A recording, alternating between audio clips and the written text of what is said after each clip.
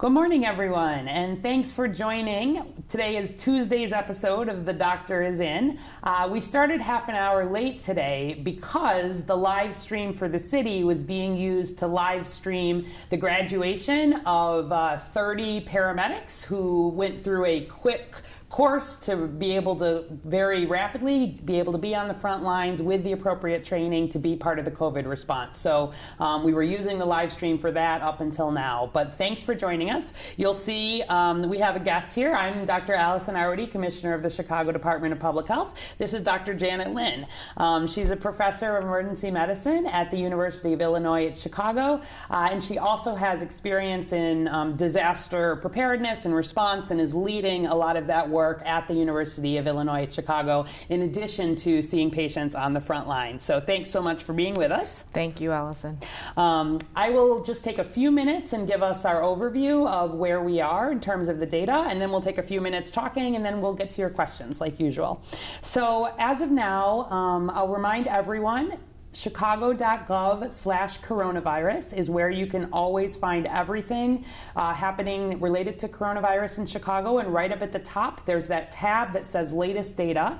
And it will show you that there are 2,167 lab confirmed cases of coronavirus in Chicago residents, as well as 16 deaths. That was an increase of 192 cases since yesterday. Illinois stands at 5,056 confirmed cases with 72 deaths. We're now at 52 out of the 102 Illinois counties. The U.S. continues to really have a significant increase, more than 125,000 cases, more than 2,000 deaths, have well surpassed every other country now in terms of the number of lab confirmed cases, even in the setting of not having the widespread testing still available. And then at the world, we're over 700,000 cases, 30,000 deaths in nearly every country. So let's take a quick peek at our graphs, as we always do. The first graph, I'll remind you, where it looks like it's coming down on the right, those would be the dates that we're still waiting for test results to come in, because in a lot of cases it is still taking a number of days for tests. And so the way we report out our cases is not just the number that you hear get updated every day with the afternoon news conference. The way we actually report them is by the date that the test was done, because that's more accurate in terms of when the disease was actually detected. And then if we look at the second graph, this is the one we do every day, really showing still an increase. As I said yesterday, we have moved from a doubling every 2 days to a doubling every 3 days. Here, we're still sort of at about a doubling every 4 days.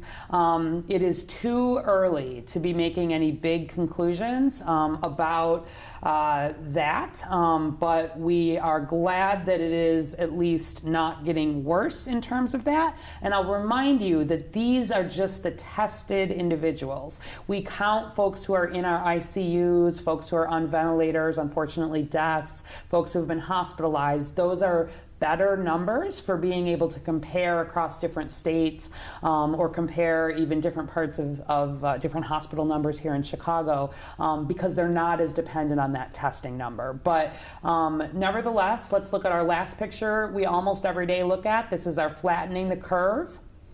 And I'll remind you again that really on the left there in the lighter blue is the very, very steep rise of cases compared to the darker blue shows us that slower rise of cases. And I'll remind you, as we do every day, the difference between this, why we flatten the curve, is to not cross that dotted line that is our healthcare system capacity. So when we have a big surge of cases all at once, we really run the risk of running out of the beds and the doctors and nurses and all the other staff and the ventilators and the supplies, and not potentially have the opportunity to care for everybody who may have coronavirus and all of the other diseases that people continue to have as effectively. Whereas if we're able to really slow that increase, our health system has a much better chance of being able to take care of the surge of patients. So with that, One of the reasons why I felt really strongly about making sure we brought in a healthcare worker, and I think this is something we'll do every week, is to really get a view from the front lines about that importance of bending the curve. When you stay home, you save lives. You hear us say that every day. But in doing that, you also, most crucially, are protecting our healthcare system. So with that, let's turn to talking a little bit with Dr. Lynn and hear about how things are going on the front lines. So I'm an ER doctor, and I've been actually working at U of I for now over 20 years. We train physicians, we take care of patients, we train all different types of healthcare staff. And I think that, in this ramp up to this response, I think we've been really feeling a lot of the stresses of not only the patients that are coming in with kind of coronavirus-like symptoms, but still kind of having to deal with everybody else that's coming in. Right. I would say the majority are coming in now with the coronavirus-like symptoms. And the challenge is that when they come in sick, they come in really, really sick. And there's a lot of people even in that mix that, even to this day, still just kind of have some symptoms, but really we cannot afford to test them at this point in time when we don't have the capacity. I think the really hard part is that, it's definitely a change in how we do our practice. Right. There's a lot more personal protective equipment that we're using, and having to be in that type of equipment for a longer period of time just makes caring for patients even that much harder. It's a little bit more of a stress on all of our providers, whether they're nurses, whether our techs, whether they're our physicians, whether they're even our clerks that are actually manning the phones. Right. Because what we look at it is we are at that front door. We are probably the most highly exposed, and that really was part of the case very early on, is that oftentimes people didn't necessarily have those symptoms initially, and if they weren't masked to begin with, that was an opportunity for exposure, and that did happen. Right. We instituted just over the weekend kind of universal masking for every single person, regardless if you're a provider or you're a patient. When you set foot through our door, everybody's getting a mask, and that's actually really functioning as what we call a source control. So it's not so much that you're providing kind of the personal protective equipment effect, but it really is if someone has a cough, if they sneeze, you're protecting that sneeze, cough droplet from getting out onto either a surface, a person, etc. And that actually is useful for every single person. Yep.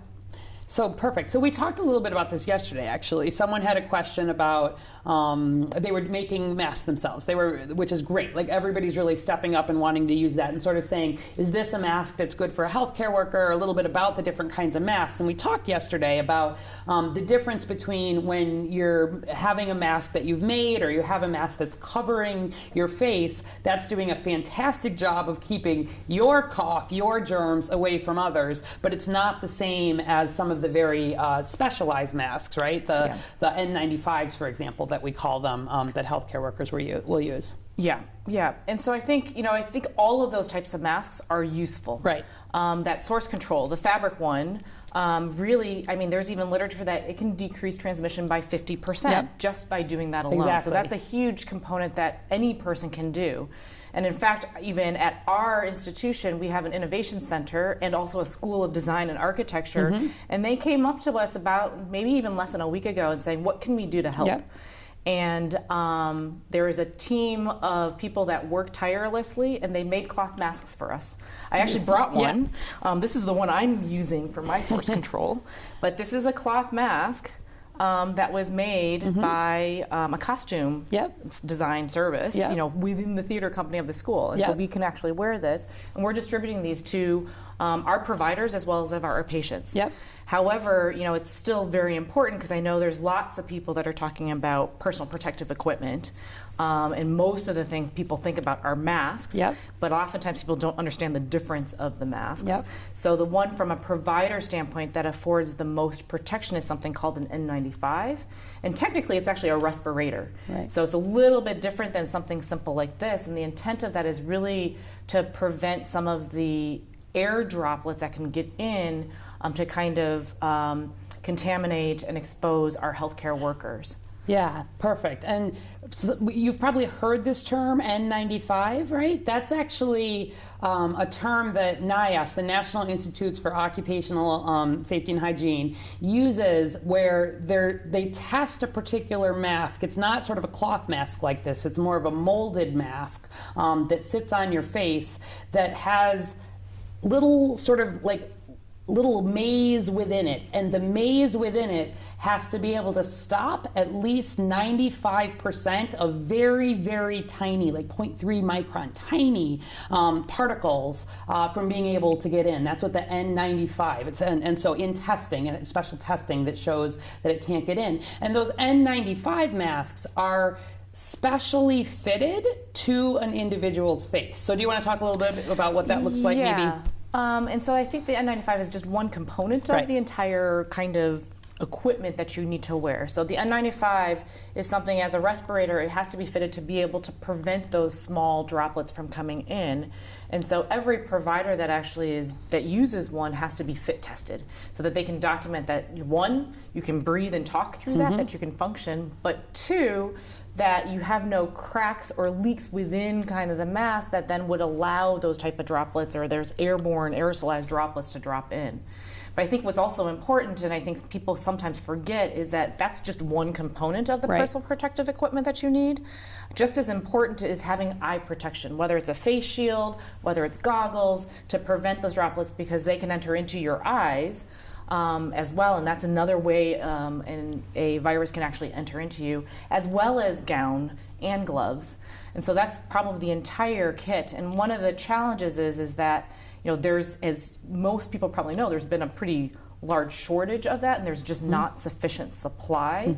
And so what we're trying to do is really prioritize those areas within our hospital that really should get them. So our emergency department, our critical care units, our units that are caring dedicated, are really dedicated to care for people that are COVID positive and or in the process of ruling out whether or not they have COVID. And so those are I would consider our highest risk providers, and where that priority of these N95s should go to, along with the other equipment. Yeah, perfect. And similarly at the Chicago Department of Public Health, we've talked about this stockpile that we've kept just for a pandemic, and obviously with all of these supply chains being disrupted and how much more personal protective equipment, we are using sort of what we have available to get to our healthcare workers and our first responders. But with all of this, nobody has enough. When we send packages out, it's both of these different, it's the respirators and the more cloth type or surgical masks,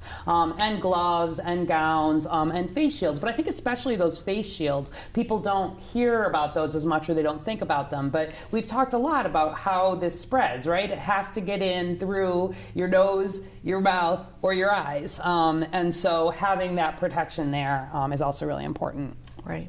So tell us a little bit about what has surprised you in a good way. What has been going well in terms of your response to date? So I would say two things. One is really, I think coming from UIC and UI Health is really this commitment to taking care of our community and our population. So we've thought, very strategically in some ways, of where are these areas that I think testing would be really important to get to the community, and also how we would actually do about that. What is the need that's out there? So one thing that we set up last week was a drive-through testing site that is actually at Mile Square, which is our federally qualified health center. So it serves a very specific population that oftentimes doesn't have the access to care. And what we've been able to do is stand that up, not only to take care of our patients, but also our employees that need to be tested. It is by appointment only. Important. And so really, people have to call in order to establish that. It's a great way to get yourself established at UI Health if you'd like. But that has really helped to offset even the workload for our employee health service of trying to get people tested. The other site that we really identified, which was also within our UI Health community, was setting up a COVID evaluation and screening clinic in Pilsen. So I think for me personally, I think that was a really important step to take to really recognize that, we need to get out into the community to be able to do this testing, and especially in some of these areas that might not necessarily have great access. Yep. And the alderman was phenomenal in terms of really working with us and collaborating with us and recognizing that need, and really facilitated getting that set up in a very quick way. I think we probably set that up in 5 days, maybe, and over a weekend. Yeah. So we started it yesterday. So our first day was yesterday afternoon. Yeah, it's amazing. And really, an example of how we are seeing, organizations like yours all over the city really stepping up, and especially thinking about folks in Chicago who may have less access, right? We talk a lot in general here about the 60% of Chicagoans who tell us at baseline they can't afford $400 unexpected expense and what that looks like.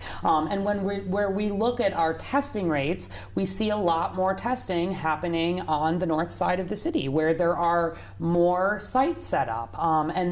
During normal times at the Chicago Department of Public Health, this is always something we're working on. What do we do to bring more access? What do we do to make sure that people in all parts of our city are getting the access to health care, and then in this case, the access to testing? We still don't have enough testing for anybody, and every day we've got teams working so hard to try to get it out there. But we are committed at Chicago Department of Public Health, as these things are coming in, to really be putting them in the areas where the need is greatest. So really pleased to hear that that's the area that you're focusing on, these federally qualified health centers. We want to make sure that there's equal access to this sort of testing as it becomes more available. So that's great. Yeah. What are you worried about? Well, I think even as you alluded to with these numbers, you're talking about really this curve that's going up. And in some ways, we're fortunate because we have a little bit of time to prepare, but we've heard from all of our colleagues, whether it's in Washington State, whether it's in New York, people that I've trained with, people, just colleagues in the emergency department, just talking about really how much that they're seeing and how sick everybody is. And so really what I fear is that we do get overwhelmed. Right. And because of that, we're not able to adequately provide the care.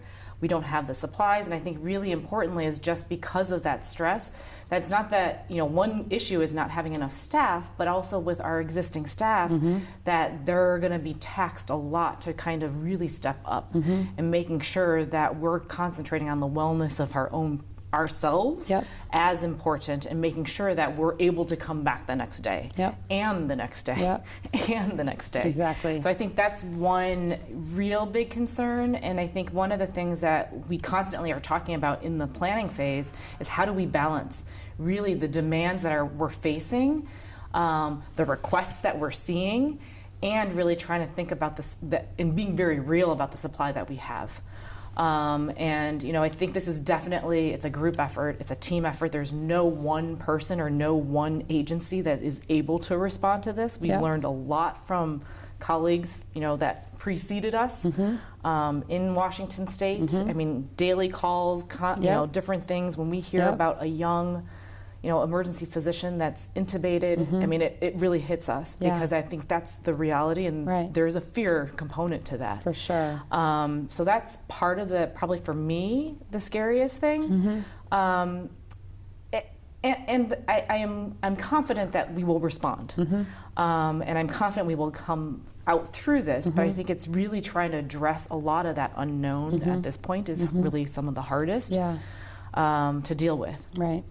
Brittany Smith on Facebook has a somewhat related question. How at risk are families living with healthcare workers? Should doctors and nurses isolate away from families until this is over due to the PPE shortages? Great question, because I think that's even a topic of conversation for ourselves. And it really, in some ways, depends upon the type of care and the contact that you're providing. We definitely have, some of our family not family members, they feel like family. Yeah. But our colleagues that have young children, and they've actually moved to in-laws' house just to minimize that exposure. And so I think those are precautions, and I think they're reasonable precautions. One of the things is, is kind of not so much doing it out of fear, but really doing it out of a precaution as to if you have the luxury to do that. And we, there's lots of institutions that are talking about, if a family member has an older family member at home, trying to minimize just that exposure. So staying either at elsewhere, isolating within their own home, staying in a hotel, just so they're not undue exposure when you have some mechanism of control, I think is good advice, but it also has to be balanced with the feasibility of it. Yeah, and I think people may have seen, Mayor Lightfoot did a press conference this morning. The city has stood up a Hotel Essex, specifically for first responders, healthcare workers who are wanting to stay away from family for some time. We've also seen some other hotels around the city. I mentioned, I think Hotel Sophie down by University of Chicago the other day really open up free for healthcare workers who are concerned about that. And, I know others are just being careful when they're coming home about how they're taking off clothing and showering and, just being really mindful. It is hard to be at the same time that you're thinking about your whole institution, really worrying about yourself. I mean, I know that from experience and that you're living it every day. So, let's see. Is your ICU full? It is pretty much full. Yes, it is. So it's majority.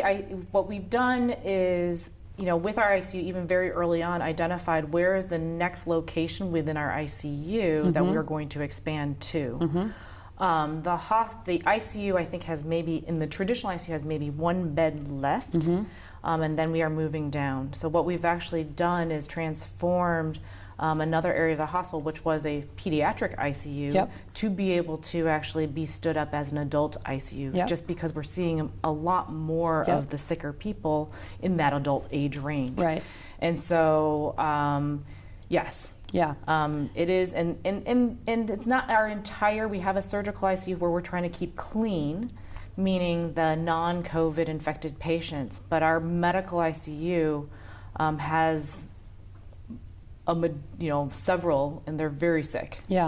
And this is really across the city where we look at this. We still have bed capability, we still have ventilator capability, but increasingly sort of more and more of the percentage of the beds are being really taken up by patients who either have coronavirus or we're waiting on a test result, may have coronavirus, and starting to really think in these other ways about where else and how else can we have more ICU. But this is exactly what we're, why we're doing this, why all of you are staying home right now, is to limit more infections, to really make sure that we do everything we can to limit that. And by thinking about some of those, we're able to essentially almost, I wouldn't say double completely our ICU capacity, but we are able to increase that significantly so that we still have rooms and teams to be able to take care of it. But that's also a very the teams is tricky. We've talked a lot about volunteering and hiring. Like everybody in healthcare at this point is hiring, taking volunteers, interested in people with skills. I think especially nursing, respiratory therapists, clinical skills, and then people who are in place. I'm sure you're training them up to really, in a lot of cases, be providing care for even more critical patients. Correct. Correct. All right, Kai Schatzer. Is it true it's better to breathe through your nose rather than your mouth, or doesn't it matter? Well, I think more importantly is if you're coughing, cover your mouth. There you is go. Probably the more important aspect, and I'm sure you've probably learned not to cough in your hands, but cough in your sleeve. That's probably the more important thing. It's really, if you've ever tried to breathe solely through your nose, it's not that easy to do for an entire period of time. And you still need to speak. You still need to talk. Right. So we cannot kind of prevent that from happening. You have to keep breathing. The more important thing, wash your hands, cover with a cough, wash your hands after that. And if you're going to think about something, think about trying not to touch your face as opposed to kind of which you're breathing through. And the routine information and guidance that we're giving everybody is just wash your hands. And, as hospitals, we've struggled with that for years to try to promote what we call good hand hygiene. We have no problem with that right now. people are constantly washing their hands. Yep. I carry my own alcohol Yep. sanitizer in my pocket too. Yeah, we've seen actually interesting, a lot of the other flu and some of the other virus trends, they're all way down because people are not out and about and we're washing our hands so much better than normal. But you can't do it too much. It sounds really basic, but we've gone over how important it is. Okay, Mary Pay Ostrander from Twitter. If head coverings aren't required as part of PPE, should people be advised to wash their hair nightly before going to bed? Well, that's an interesting question. It is. Interesting for two reasons, because that question actually came up with our medical staff today as well. Partly because CDC has not come out with any recommendations in regard to hair covering or head covering. I mean, I think it really, again, depends upon your exposure. Yeah. If you're wearing some PPE and you know that, even a patient's wearing their PPE, that minimizes it a lot. Washing hair, always a good thing. Right. But, is it a necessary component? It's really, I think it's very difficult to say without really good literature behind it. And we somewhat defer a little bit to CDC, and if they haven't really come out with those specific guidelines, I don't think it's something that we're going to advocate that everybody should do at this point in time. That's right. I would agree. I mean, at the end of the day, this needs to get into your eyes, your nose, your mouth for you to become infected. And so certainly, taking showers, being clean, kind of like we said the other day, wash your vegetables, do the things that you would normally do. But certainly your hand washing is going to be more important than that overall. But good question. Good thinking. All right. Oh boy, this has flown by today. Yes. I think just for the sake of time, I know you've got another meeting. It was really like, you're seeing patients, you're running the emergency response, you're thinking about not just your own health and the health of your patients, but the health of your whole emergency system. I don't want to take too much more of your time. I wanted to mention two things that I think you asked about positives, Yes. and I mentioned one of them. I think there's two additional positives. Okay, good. Give them good. We end on good news, so this is perfect. Give us some good news. So one thing is really related to kind of thinking about, people have really been thinking about what kinds of things can they do when they are not a frontline health provider. And this is even within the healthcare landscape and on an academic or a university level. What we've seen, we have an innovation center on campus that has really come up and stepped up and said, can we actually create a locally sourced N95 for our providers? What is the need that you have, and how can we think creatively to build that? And so they're working tirelessly to bring things up. Questions that we bring, something as simple as this. This is how this actually came up, was there was a group of people that kind of thought about this. What is the innovation that we can actually do in that? Even healthcare providers, our ear, nose, throat doctors came up and said, one of the things that we need to do for testing is to obtain the swabs. But not everybody, is comfortable or necessarily knows how to appropriately do that to obtain a good quality specimen. They've stood up a swab team that goes around and trains our providers how to actually obtain a swab, and will volunteer to do that too. Our endocrinologists have, suggested the continuous glucose monitoring as a mechanism to actually be able to monitor glucose levels of patients and minimize the in and out that a nurse has to provide, and so minimize PPE use and also minimize exposure. Great idea. Right. Our students, in terms of ideas of what can they serve as sitters and teachers for the physicians who have kids at home that can't go to school. So I think that's one really cool thing in terms of the innovation. The other thing is just the outpouring of support that we just don't expect from the community. Give us an example. So, it was one day, I think someone just basically catered Portillo's and hot dogs showed up in front of the ED. And you would not imagine the smiles on all of our staff's faces after they've been working a long day. Not having eaten, oftentimes, not having drunken any water, oftentimes, not having gone to the bathroom even, and to have something that's very classic Chicago show up in your emergency department, puts a smile on people's faces and is really very much appreciated, even if people don't have the opportunity to thank.